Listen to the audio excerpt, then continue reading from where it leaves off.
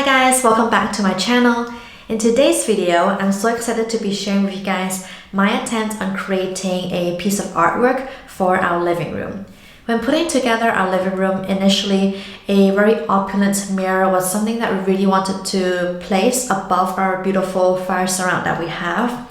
However, after acquiring that mirror, I'm not sure if it's like the lack of paneling or the lack of other design elements. The whole mirror combination just kind of looks a little bit too antique and vintage for our liking. So when I came across an Instagram account, Cream Imperial, I was so inspired to replace that space with a very muted but dramatic piece of artwork. I've always envisioned our home to be decorated with very special pieces of artwork, even photography prints by my brother. At the same time, I wasn't quite ready to splurge 2,000 or more pounds on something that I kind of feel like I can do myself. So, after doing some research, brainstorming, and mock-ups, I've decided to commission this piece myself.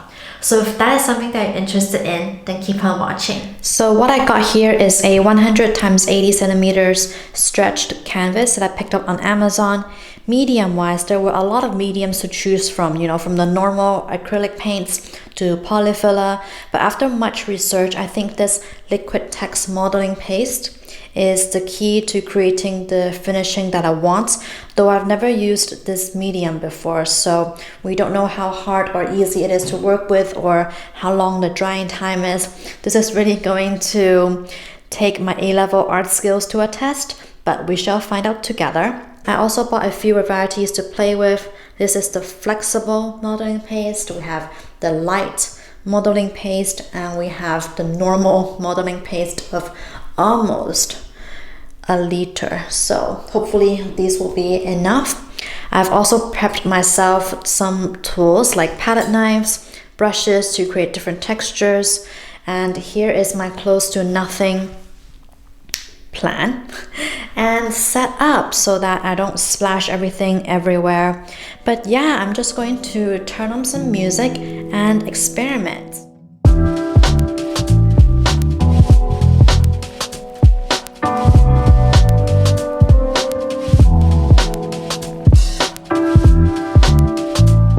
And now I'm going to open a can of modeling paste.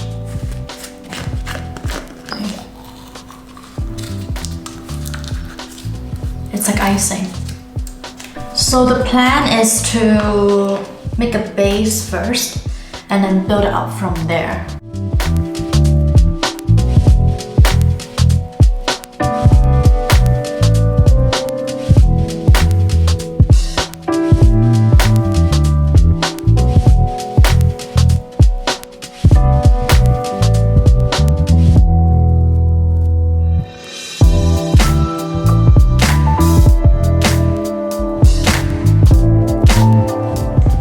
So first impressions, the modeling paste is definitely super easy to work with.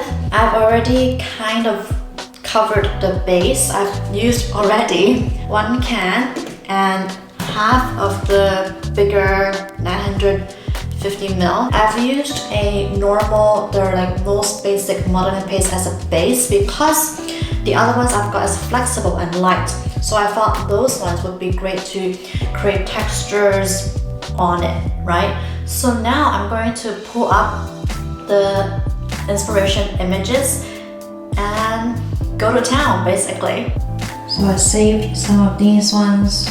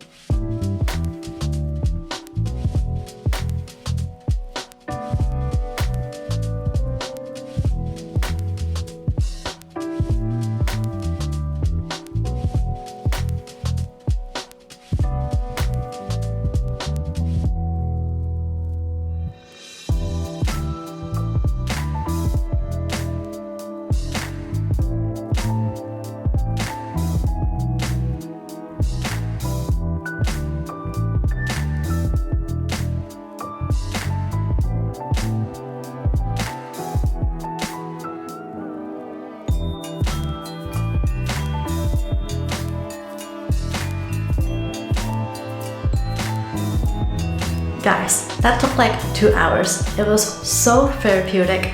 But what do you guys think? I think it very much captures the whole cream imperial aesthetic that I'm going for. I love the texture, I love the border that I've created.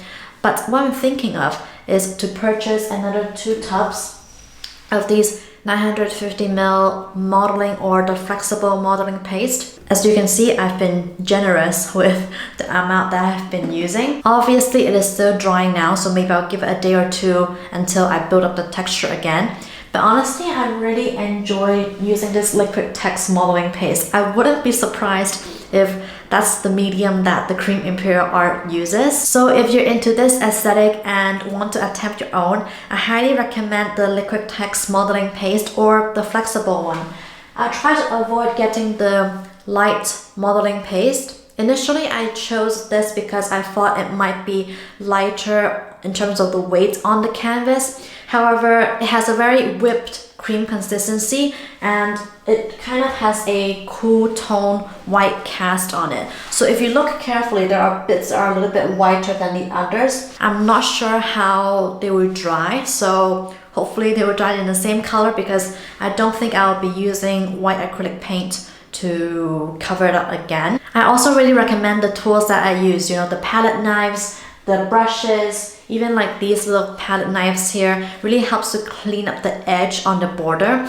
I'll insert a breakdown here of all the prices of the materials that I've used. And I think it is important to kind of have an idea or a plan of how you want the design to be. So initially I wanted kind of this little kind of wave here.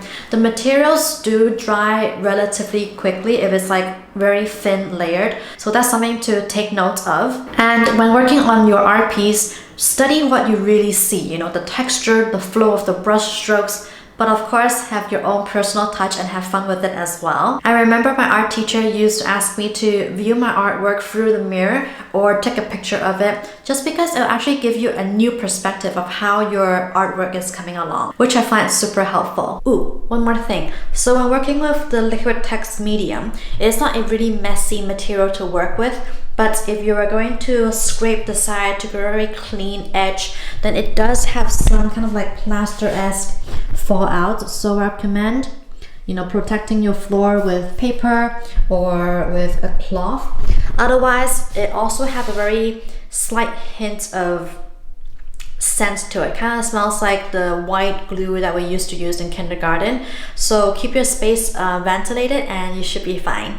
Anyways, I'm so proud of the outcome. I'll definitely post a picture or 2 when it's completely dry and displayed in our living room. Again, if you're into the whole Cream Imperial textured art paintings, I highly recommend doing it yourself. It is so rewarding. If you have any questions regarding today's project, please let me know in the comments below. Otherwise, I'm going to wrap up now. Thank you all for joining me in creating my very first piece of art for our home. And I shall see you guys in my next one. Take care, guys. Bye!